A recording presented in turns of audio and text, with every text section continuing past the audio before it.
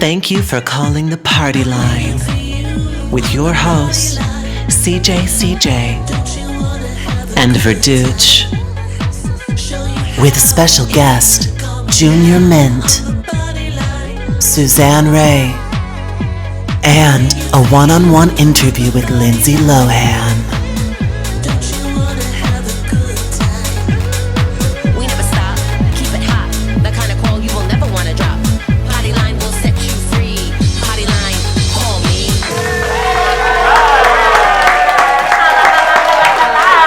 Oh wow, thank you so much.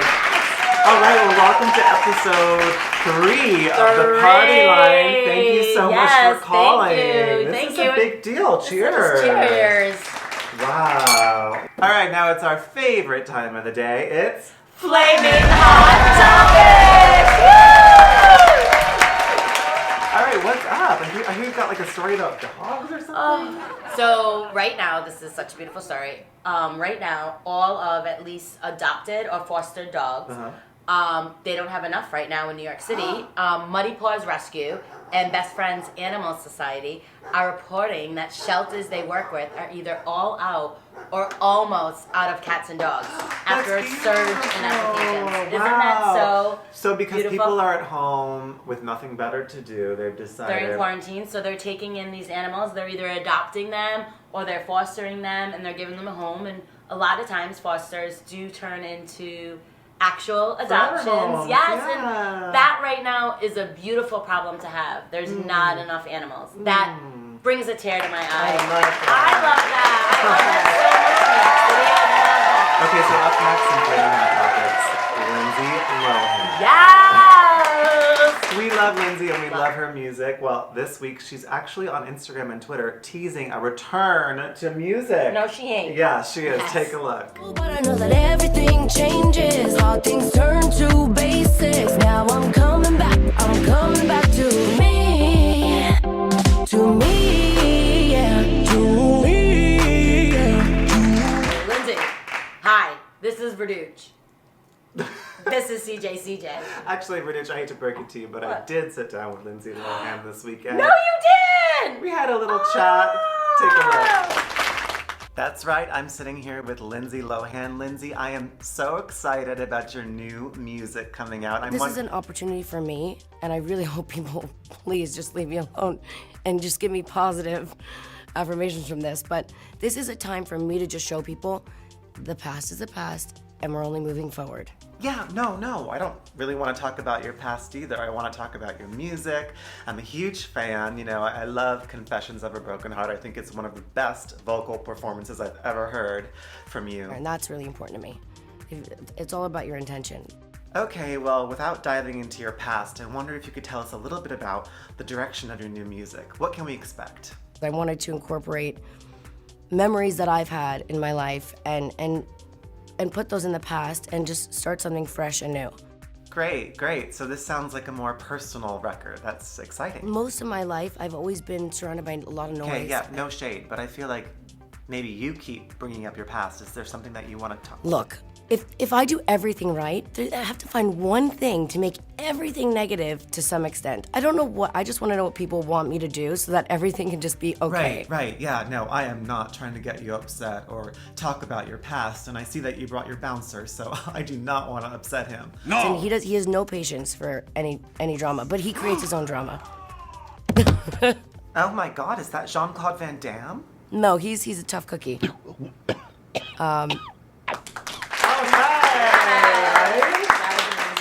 was a little stressed, I think, but... She said, look at all these rumors. That was not That's not her. her. But she did have the rumor song, so it's sort of Completely. When we're not doing the party line, we are watching our shows. I'll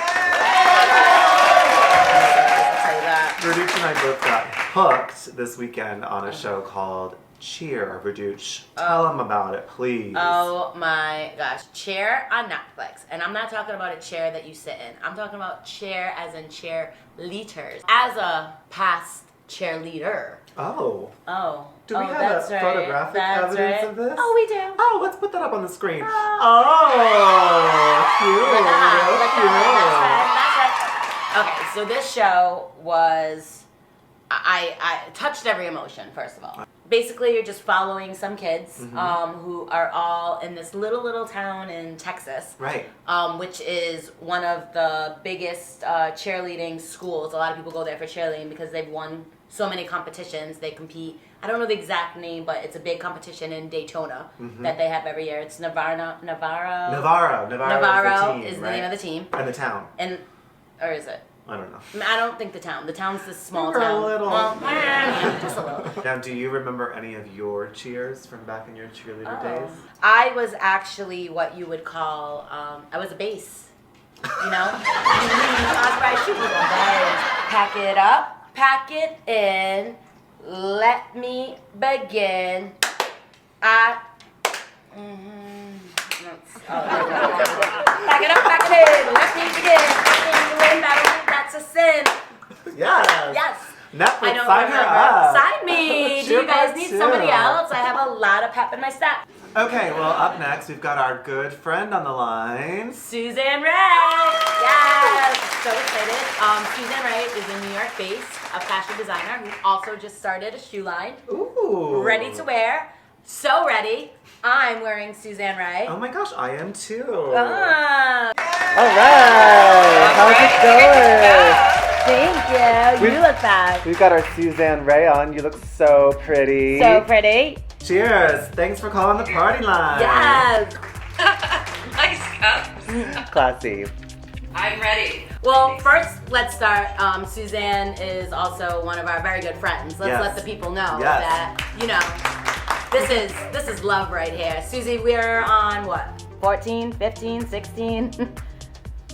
Something like that. A very long time. Who's counting? Who's counting? Who's counting? Look at us. Look how young we are. I mean, we met when we were like 3 years old. Babies. We've known each other for a very long time. I want to start with, so you've been designing for quite some time. I want to talk about the evolution of Suzanne Rae and what's important for you as a designer. Oh, good questions. The evolution. Well, I've been doing it for feels like so long now. Over 10 years. Yeah. Well, my undergrad, which is from Bryn Mawr, is in art history and economics. And I worked in an art gallery for a couple of years. And then I went back to school. I went to Parsons. And, you know, I, like many other Parsons students or other creatives, it started as an artistic endeavor. And I wasn't sure where it was going to go, but here we are. You know, just a few years later. Just a few. Yes, queen. This background and everything, you look amazing. She is so artsy. She is so cool. I love it. This is a piece from my art gallery days. Oh, like you made that? No. Oh, but you collected it. You're a collector. Collector. Yeah. Ordinaire. Oh, yes. You know, at this point, it's not just an artistic endeavor. Now it's like how I, you know, it's my livelihood. It's how I provide for not only myself, but my family. It's like there are so many designers out there, and, you know, everyone has a unique and wonderful perspective. So I guess what I'm trying to do is stay true to my roots, which, you know, from Bryn Mawr is, you know, the dialogue of feminism, and, you know, how that can evolve, and it has evolved so much, and what that means within the language of clothing, of design. Yes. So that's what I try to stick to. And also, you know, I was looking at fabrics today, and, you know, again, it's like, you know, we're in this like mode of trying to figure out what we're doing, right? Like what's important. And I was looking at all these beautiful fabrics, many of which were not sustainable, you know? So easy to get like these awesome, cool, inventive fabrics that I know all these people are working so hard to make, but I don't want to be adding to that landfill, you know? That's really cool. I feel like you touched on this a little, but just in everything that's going on, how has the fashion world been affected, and do you feel people are buying more or less, and have online sales been up or have they been down? Like, what's going on with all of that? We're like in a freeze frame. Yeah. You know, all our stores that we sell to, all their brick and mortars are closed. Yeah. Many of them you know, the majority of them are small businesses. You know, a lot of them are small female-owned businesses. It's their livelihood. They're in this very similar situation to myself, and they're trying to sell online. But at the same time, they're sort of afraid, you know, just as I am. Like, how do you, when people are dying, try to push selling shoes? Yeah. Right. What kind of message, you know, when does it just become, you know, of poor taste? So like today I was like thinking about sending out a mailer, and I was just like unproductive. I had like no inspiration. I didn't have any more words of wisdom. You know, I couldn't find like a funny, playful, you know, message to convey. I mean, it was just like nothing. You know? So shut the computer and like went back to homeschooling. Yeah. But so you're at home a lot with your kids, obviously. Because you are a fierce businesswoman, but you're also a mom, which people may be surprised to learn. You've got 2 beautiful kids. Tell us a little bit about your children. And how it is at home right So now. Ella is 7 and Margot is 1. Wow. And so maybe Margot not so much, but Ella probably has to be homeschooled every day, or what's going on with that? So her school has a very strict schedule. They are 8:30 to 3 p.m. Snack is from 10 to 10:20. Lunch is from 12 to 12:30. 12:30 to 1 is their recess. Those hours of study are filled with different assignments that they are given daily right at 8:30. So how's that going? It's hard. All right, Suzanne, we've got a new segment for you. It's called Faux Real or Faux Pas. We're going to show you a picture, and you tell us if it's a faux pas or if it's faux real, meaning that you like it. Okay. First, this person's wearing capris. Faux real, Real or faux pas? Faux pas. Ooh. I think of all those Target ladies. Stick with your gut. Yeah, I like Susie. that. I Stick like with your that. gut. All right, next we've got somebody wearing sandals with socks. Faux Real or faux pas?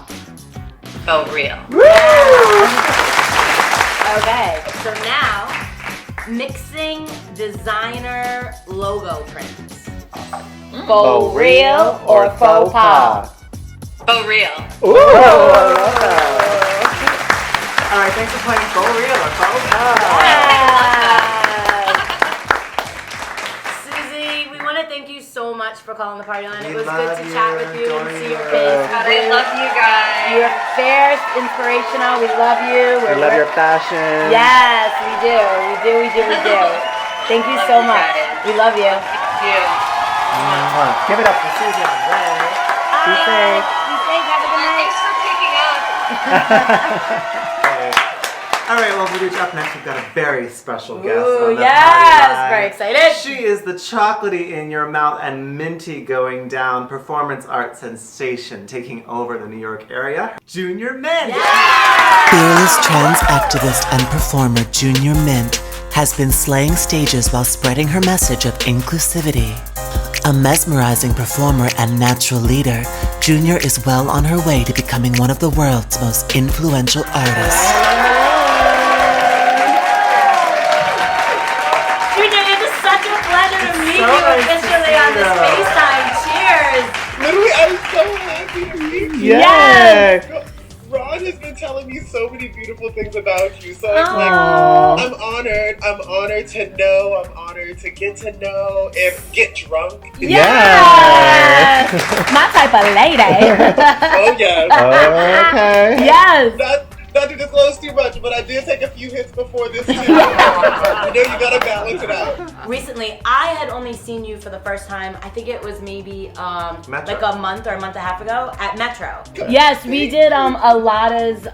It was like the drag tag sale, and we were selling, and we're really good friends with Crystal.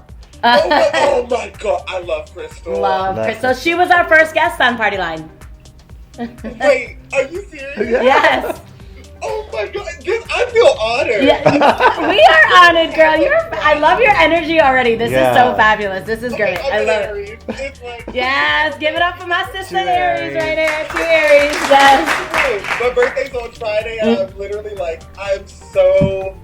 I get to be like the best introvert by getting to be by myself, but I get to FaceTime everybody. Yes. It's so amazing because I'm like, I get to have my own personal weed. I don't have to pass it. I can my own bottles, You don't. It's my own personal VIP. It's my own personal VIP. How's your quarantine going so far? It's been like, I've gone through all the stages of grief and made it through the other side, moisturized. So I'm like doing great. Yes. I love that. So, like both of my roommates have been gone for about 3.5 weeks now. Oh. So I've been here by myself. You're in Brooklyn? Oh yes, Okay. Best Eye. Okay. And I literally keep saying to myself, the only reason I can make it through a quarantine is because my dealer is still delivering. Okay, so can you tell us a little bit about like your background? When did you start performing? Because I mean, from what I've seen, I put you sort of in the realm of where performance art kind of meets drag. How did you start doing this? Where did this come from? It's kind of like a very like, I never anticipated being a performer is a thing. It's like Really? I went to college for scenic and production design. Okay. And it was literally like, it made me into who I actually fully am today, mainly because it was where I got to like experience being fully queer and open about it, getting to discover like all of my femininity, getting to as well like actually be given like pressure and as well money from school to produce something. So it was like, I really figured out who I am as an artist, and that was amazing. Wow. But it also like turned me into the activist that I am, because it was a like small liberal arts college in Boston. So like I'm surrounded by privileged cis white people, and like it was a lot, and it taught me that my voice is very necessary. Yeah. Oh, it is. Yeah. Tell us a little bit more about, you said you picked up this sort of like fire for activism when you were living in Boston, and we clearly see a lot of that in your work today. Yes. So what is your message right now? My message is always about uplifting the most disenfranchised pieces of community. For me, community is what is the only reason we can do anything as a society, because we don't see each other as just a society, it's people. And the fact that there are some disenfranchised people who are black and trans and can't get an opportunity, can't get a paycheck, and can't get any form of an opportunity. And there's people who live with so much in this society. There are people who live with so much every single day in your neighborhoods. People who have excess amounts of money that can easily help somebody pay a car bill, help someone get on the train, help somebody literally do anything. And that is the thing that I've learned is my gift in life. Is like I have the gift of making people listen. It's the fact that I see so much depth and beauty in my community. I walk down the street and see faces that light up my soul, and their stories can't be told because of how they identify. And that is the most tragic thing to me. And if me speaking out can change that, why shouldn't I? Absolutely. Yeah, I love that. Is there an organization that you work with, or do you do the activism just within yourself, or? That is a beautiful thing that you bring up, actually. Because, so I personally, I work with the Queer Liberation March. I absolutely love everything about them. Their Instagram is @QueerMarch, and they are basically an amazing resource for anybody to understand how the trans community is being affected by not only how COVID is affecting them, but as well society and how life is affecting them. And so for me, that is one of my main avenues of staying connected to my roots, and as well the roots of the voices that I want to uplift. But as well, I produce my own work, and it makes me happy to be able to use that as a form of activism where I can support local politicians and have them be able to hand out pamphlets and give information at my shows, while as well getting to employ black trans performers to get paid for what they do. One of the things that I love about you too is that you've got these signature already iconic in my mind performance elements. From the music going into sort of spoken word elements pre-recorded to the balloons, which have quickly become iconic in my mind, like I said. That's like your signature. I mean, talk to us about the balloons specifically. What does that mean to you? How did you come up with it? When I first thought of like what my first drag look would be, the first thing I thought of was what I wanted to be most when I was growing up. Was like, as a little kid, I wanted to be the little black girl with all the balls in her hair, where she just jiggles down the hall because she just got her hair braided, she got all of them, and you just hear her before she turns the corner. And that's who I wanted to be. And when I found those white ball chains, I was like, Pippi Longstocking, but helium. Tell us, I know that you have, is this the first Sunday or has it been going on? I want to know about what we can expect from your weekly live show, Sunday's Best. Is it premiering this Sunday or? Okay, so last Sunday was our premiere. Okay. And it was amazing because it was honestly my first live stream ever. Yes. Because I want to be that millennial girl who knows how to live stream, but honestly, I'm like, FaceTime is still new to me too. With this live stream, it's going to be every Sunday, and I'm black. All of my family heritage and my culture is rooted so deeply in the South. And so for me, every single time I think about my performances, when I think about them going into it, I always think of them kind of like as a sermon. A moment where I'm going to get to open myself up to you with a piece of myself, a piece of my wisdom, a piece of my laughter, a piece of all of this. And I want to see you touched by it. I want to see you take it in. And I don't need to see a change of thought. I just need to see you listening. And that's all I need, because that's how you change a mind, in my opinion. One listening session at a time, because you can't get from a no to a yes without a maybe. Yes, I love that. And this is live on your Instagram. My Instagram, Junior Mintt with 2 T's, because copyright. Yeah. And so my live stream is going to be every Sunday. And it's so funny because Ron and The Queer Good, it's amazing. They have a schedule every single day of a bunch of streams and podcasts that are like keeping people entertained during all of this. And it's well on top of it. I love Ron so much because every single person that he's working with is looking to enrich the community with themselves. And that's the most important thing, in my opinion. And that's why I'm so excited about it, is because Ron is just like, come to the table with who you are, because who you are has a lesson for everyone to learn. Yes. Every person has something to bring to the table. Are you ready to play a new game that we just came up with? I love it. It's called Pop It!